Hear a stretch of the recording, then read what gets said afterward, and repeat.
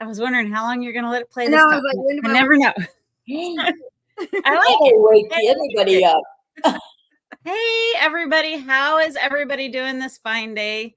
It is a great day here, and we are so lucky because we get the one, the only Vicki Farnam. And Vicki, so I have to tell you, ladies, I'm a big proponent for women in the shooting sports, women in the industry. But when I started the company 15 years ago, I didn't face a terrible amount of resistance. You know, there was some, but for the most part, everybody was open and welcoming. And that didn't happen overnight. That happened because there were people that had careers years before I came into the shooting sports industry that also had careers and who represented women in a professional, I don't want to get teary-eyed, but in a professional manner, and created programs for women. So I don't know if y'all know, but Miss Vicki Farnam, she is the first, one of the first, I think the first, to write a book about teaching to women, and more specifically, teaching women about shooting sports. Because even though we all shoot the same, we have some differences. And Vicki, I'm just honored that you grace us with your presence because you have you've broke glass ceilings and you've opened doors for all of us to just walk right through. And we couldn't, we'd have a different life if it weren't for people like you. So I'm so excited to talk to you today. I know, you're just Vicki. I didn't set out to do any of those things. I know, but you did, right? That's what makes it great. But I did because I don't sit quietly on the sidelines. This is true. You want to share a little bit about your beginnings and how we got to here? Oh, well, it started because I married John Farnam, and I've known John Farnam since we were both in college, and we went our separate ways. And then circumstances were that we ended up married. The family legend is he appeared on my doorstep. I'd been divorced for about 5 years, and he appeared on my doorstep and said, "How would you like to be a famous firearms instructor?" Yeah. And my daughter said, "Oh, Mom, how cool!" So that's the legend. But I did marry John, and then decided to give up my job as a museum curator and travel with John. And if I traveled with him, though, I didn't want to just stand to the wayside or sit in the hotel room. So I worked with him on the range and very gradually learned. Take these off. Very gradually learned what I needed to help students with fingers on triggers and muzzles and directions and so on and so forth. And that was very rewarding. But along the way, I was often told women didn't belong on the range. Women belonged at home on the kitchen. And who did I think I was being out there on the range trying to teach people? And we taught not only private citizens, but we taught law enforcement. I remember a lieutenant in Maine told me very specifically in front of the whole class that I had no business being on the range. But I stayed, I didn't leave. And then a few years later, I was given the opportunity to actually teach at ILFE, which is the International Law Enforcement, the International Firearms Association, and for law enforcement. And I think I might have been if not the first, only the second woman to have taught at that association. And I've been teaching at one of the two law enforcement associations almost every year since then, including next week when I'll be in St. Louis teaching. So I started in a completely different arena than the women have the opportunity to work in today, which is filled with women. The arena I started in was filled with men. So you had to be able to say something worthwhile, and you had to be able to shoot. And so it was a great challenge. And I'm very, very fortunate that John didn't believed that women needed to stay at home in the kitchen Right. because he needed a driver. You know, we did. There's always other reasons. There's always Right. other reasons. Right. No, I'm very fortunate that that John said, "Go for it, do it." You know, get out there and learn and teach and help students, and it was a wonderful experience. And but that's what led to the book also, because I was one of the few women law enforcement instructors asked me, "How do we do this? How do we teach women?" Because in the 90s, we were starting to see more and more women coming into the law enforcement, and they were failing and failing and failing and failing. And so I wrote the book after doing a great deal of research with my co-author, Diane Nickel, who was a research biologist at the University of Colorado. She was a shooter. She grew up in the panhandle of Texas. We could shoot. Why couldn't other women shoot? Well, it was the instruction. It wasn't the capability. It was the instruction that was struggling, and that's how the books were written. We So will cool. add a link to be able to order your book. Is it still available in print now? Yes. Oh yes, Okay. it's available on Amazon. So we'll make sure that we include that link. You guys watch right here, Okay. and we'll add that link up in the comments so you guys can check out Vicki's book as well. Good. So let's talk about something that you recently shared in your journeys of teaching off-body carry. And that's what we're going to have as our main subject today, is the concept of flex carry. But before we go down that road, Vicki, will you share a little bit about what off-body carry is exactly? I mean, we've been fortunate. So our team, our contract instructors have gotten some coaching and guiding from you. Some of them have been through your off-body carry instructor course, and we've hosted you in the past on a Facebook Live. Yes. But let's refresh that and kind of share with everybody now what the concept of off-body carry is, and then we'll move into what flex carry means. Okay.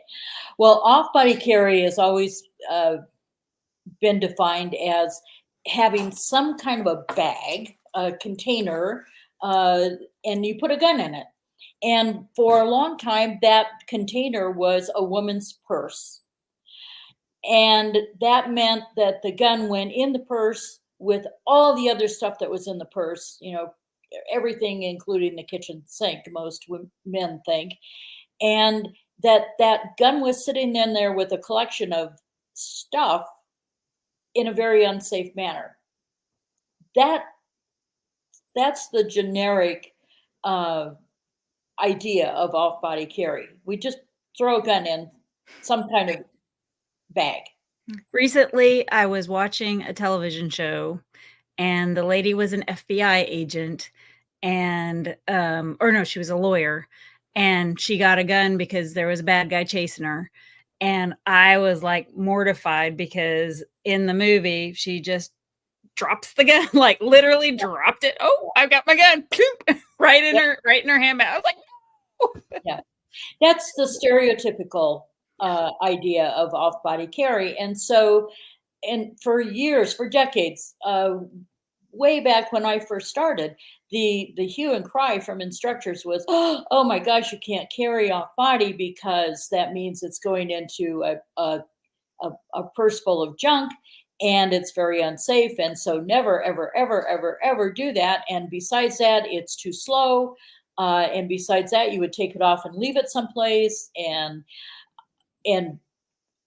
every beside that that you could possibly think of that would be negative would be told to you that this was a bad idea. And yet, even a long time ago, I remember the first handbag that John bought. He came back from a trip and he had a handbag for me. I don't remember the manufacturer. I still have the bag. It's a beautiful leather piece, but they never finished the inside. There was no lining, and so it was full of little bits and pieces of leather that came off the back side, or the lining. But it had a separate compartment for a gun. And I used that quite often when I was still working full time. And it was fine. It worked just fine. And of course, we've seen an evolution since then. But it was that negative context of there's too much junk. It's too slow to get the gun out of, and you're going to put it down someplace and it's going to walk off all by itself, or you're going to walk off and leave it. Men don't understand that the majority of women know always exactly where their handbag is.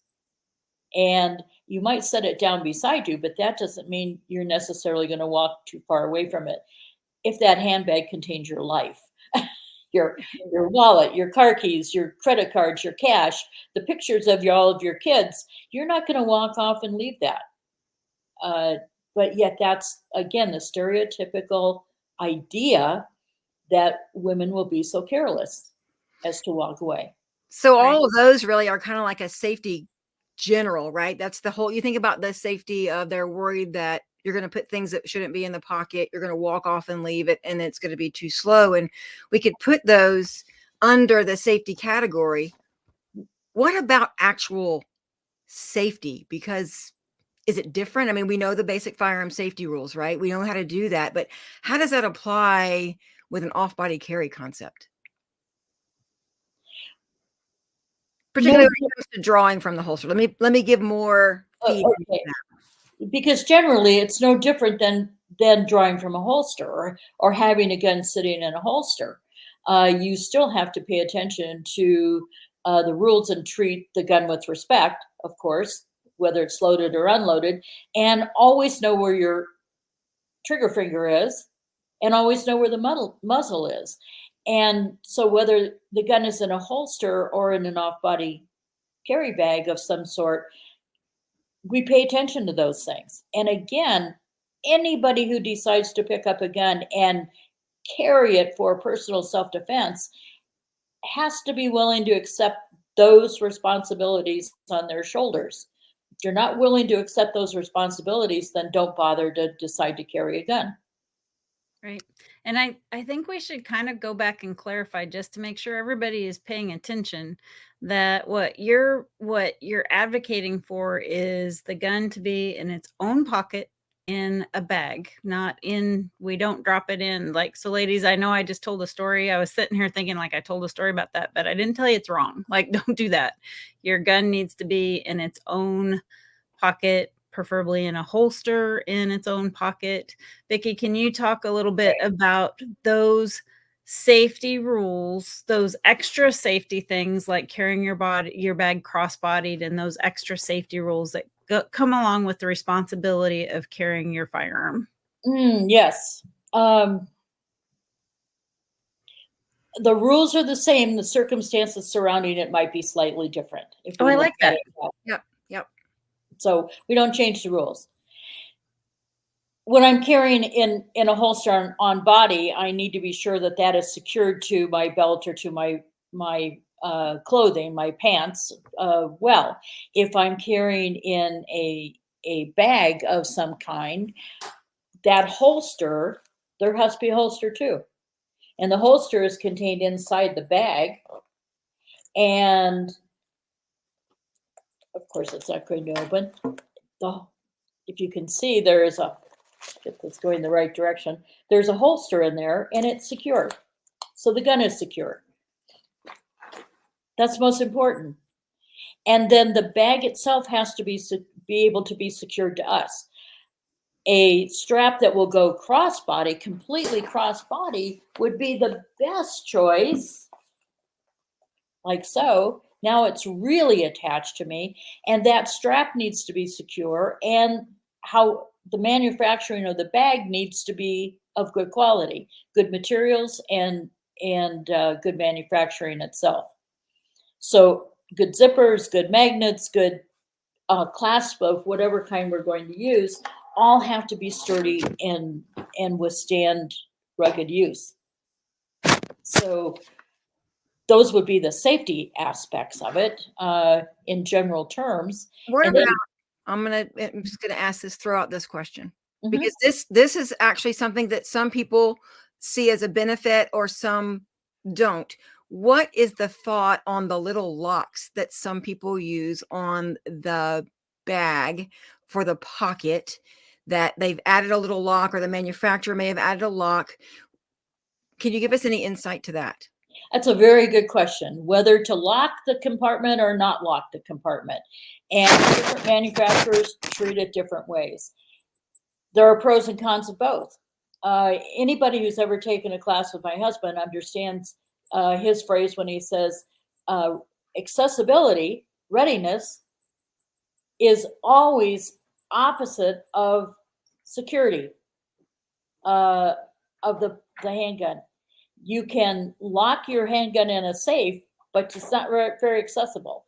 If it's really accessible because it's sitting on your desktop or on your night table, it may not be very secure. So that applies to putting locks on handbags also. If you want to lock on there, that's fine. It doesn't mean you have to use it. And if you use it, you have to understand it's going to take you time to unlock it. And usually they're very tiny. The locks are tiny. The keys are tiny. It's going to cost you time. Is time important? It may be important if your life is being threatened. And yet, if you take your handbag with you to your friend's house where she has small children, you might want to lock that compartment while you sit there with the handbag near you so that a young child couldn't come along and open the zipper. It's a trade-off. Sure. And it has to be a personal choice. So a lot of this, in my mind, back to training. I'm sorry, you broke up a little bit. I don't know why I'm breaking up, but a lot of this resonates back to training, right? Absolutely. Because most people we Karen and I and the team at the trailer kind of have this understanding that we saw a large impact of people at the beginning of COVID make a purchase. Maybe they didn't get all the training that they need. They may have added accessories like holsters and handbags, but really that's not just from COVID. That's historical. Right. It's as though it's magic. I've decided to buy a gun, and of course I will be safe just simply because I made the decision to buy a gun. Okay, well, I have to have a way to carry it, so I'll buy a handbag and put the gun in the handbag. Well, that will make me even more safe, but I'll leave the gun in the closet and I'll take the handbag out with me. But the thought is there that I would be really safe if I had them both together. And that's what happens when we don't get any training. We think it's magical to have just thought the thought and perhaps made the purchase, but we're not ready to use it, and we know we're not ready to use it, and so it stays at home. And that's because there's been no training. Training is that training gives you the freedom to do what you really wanted to do, and you're afraid to do it if you don't have the training. Right. And we women are particularly bad about that. We want to be good at it. We want to be perfect at it before we take the risk of doing it, whatever that is, whether it's carrying a gun or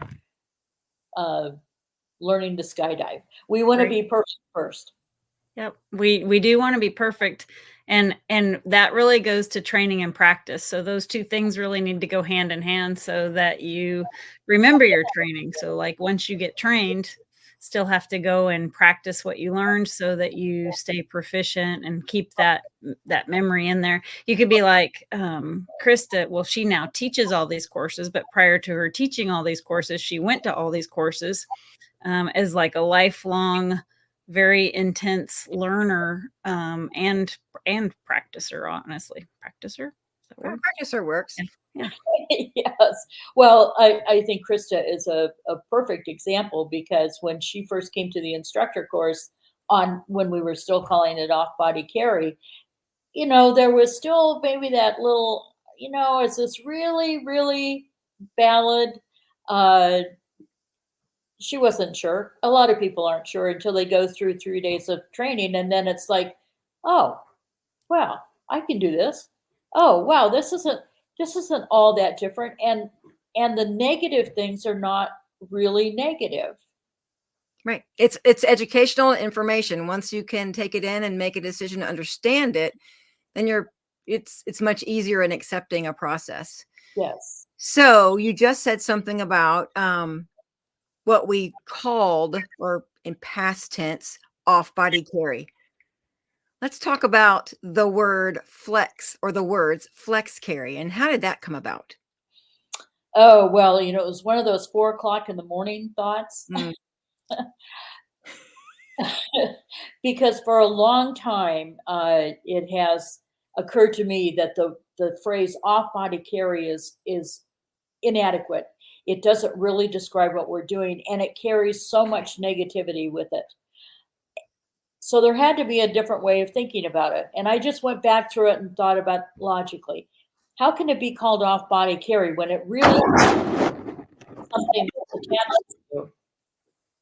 I don't have a dog. With a dog. How can it be off body carry if it's attached to you by a strap or by a harness or by a handle? If you're holding on to it, if it is attached to you, it's not off body, is it?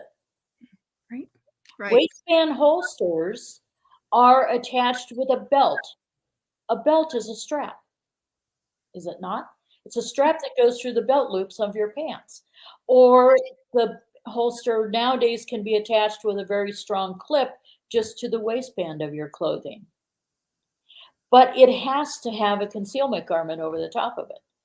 Well, a handbag or a sling bag that's a one strap backpack is a sling bag, a two strap backpack, a briefcase, a waist pack, a shoulder holster, a chest rig.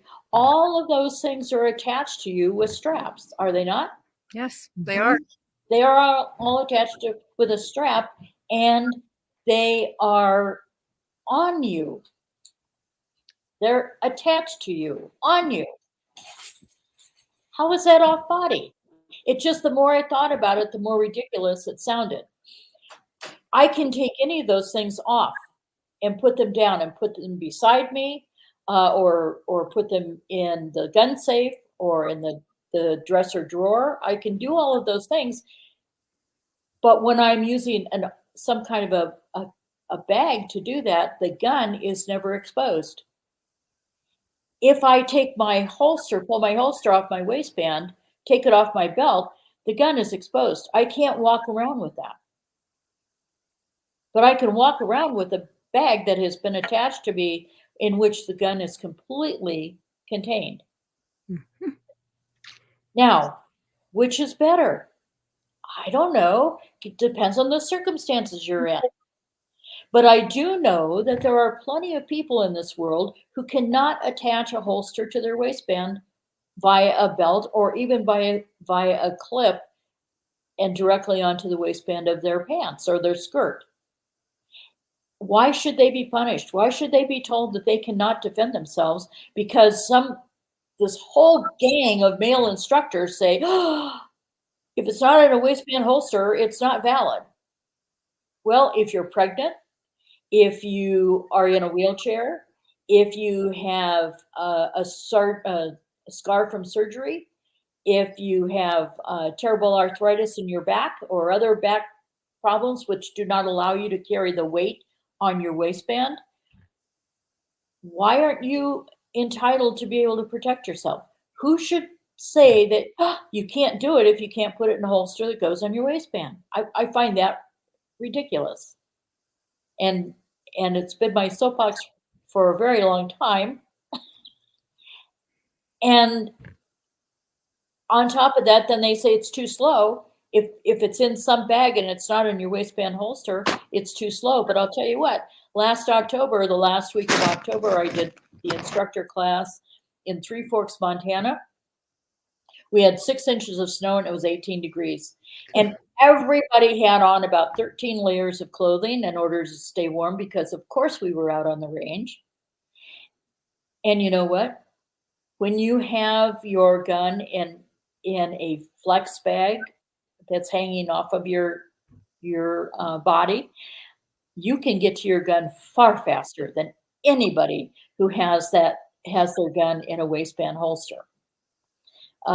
Because the gun's outside all of that extra clothing. So the word flex came along to encompass all of those possible methods.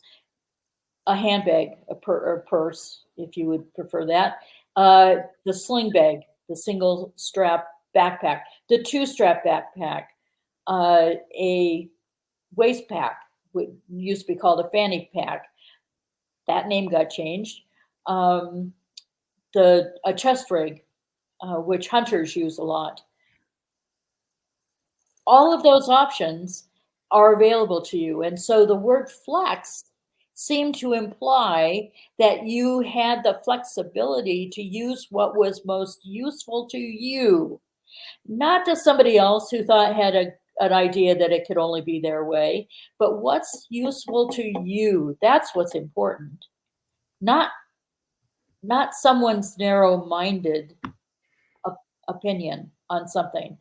And so the women and men who have been through this class, look at this law enforcement officer who went off to prove, yeah, I can do this. I can meet every single time. I can meet all of the accuracy requirements. And I never used a holster that was on my waist. Right. He used a sling bag, right? Yes. That particular product, they call that a large waist pack. But it's a sling bag is a good choice of words too. And that's why, because there are so many choices of words, the phrase flex conceal carry can encompass many, many options. Right. All right. So we've now been challenged, Karen.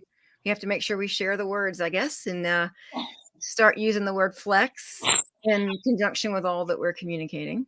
I was gonna say, everybody right now, you need to put in the comments flex carry, and we can draw a winner. And I don't know, I bet we could find a GTM bag around here somewhere to send them if they win it. So I'll say it right now, Claudia, help me. But flex bag, flex carry. Put that in the comments and we will draw a winner, and we will gift you a GTM bag for one lucky winner. And let's change this vernacular. I like it a lot. I think this is a great idea because you're right. Off-body carry, we have to combat a lot of naysayers. For me as a female, like, I carry all different ways, but when I have my gun in my handbag, what I love the most is my ability to really go into a restroom without all of the hassle of figuring that out each time. Like, it's so easy. I leave my bags just around my neck, honestly, but I still have control of my bag, and it's an easy process. Like, to me, that's the easiest. That's like one of the greatest features of a concealed carry handbag. Yes. And you're not always wiggling around or readjusting your waistband on your pants to get in a comfortable position to carry that all day long. Right. And we just have to think of those people who are physically not capable of carrying it in a waistband holster. And that encompasses a lot of people. We're not all the same size and shape, and we don't always wear the same type of clothing that lend itself to using a waistband holster. We change our clothing a great deal. We are in many different circumstances, and so we have to have that option. Vicki, thank you so much for joining us today. I can't believe it's already been 30 minutes. I mean, oh my gosh, it's only been 5. There's so much more that we could talk about and really focus on. Emphasis on training. How can people find training? Do you offer this style of training for the actual end user carrier? Do you have any other things you'd like to share about that before we close? Yes. When I teach a defensive handgun class, anybody can bring an off-carry bag, and we'll address that just as we would address holsters that you're using. And so it can be incorporated into any of my basic defensive handgun classes. You can look at defense-training.com for the schedule. That's our parent company.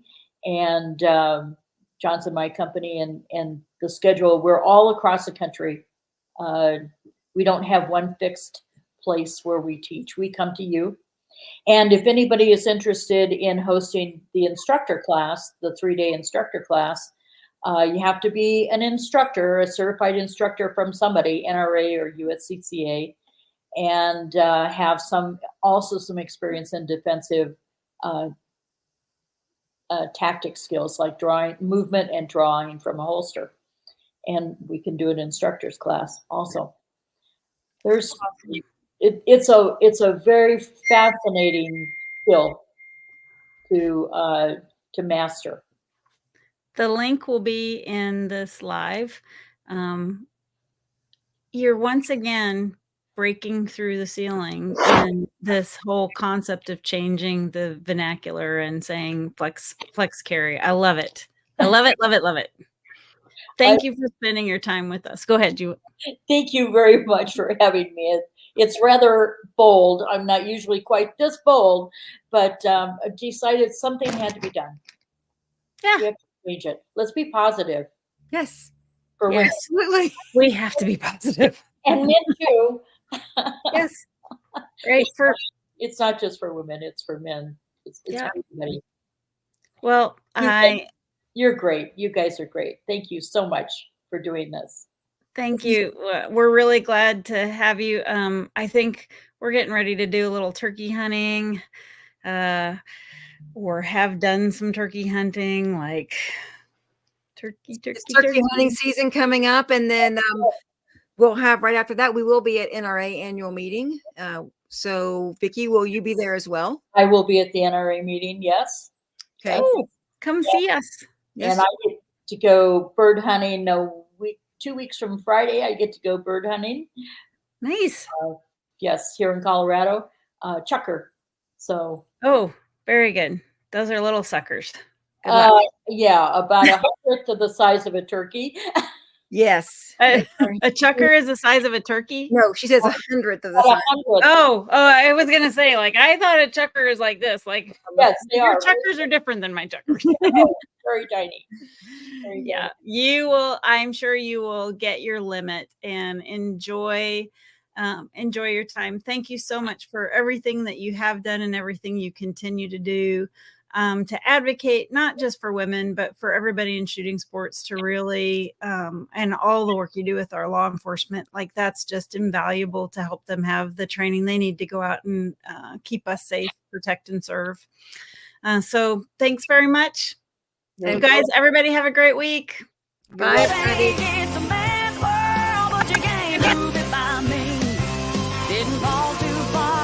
You never know when you're going to close it.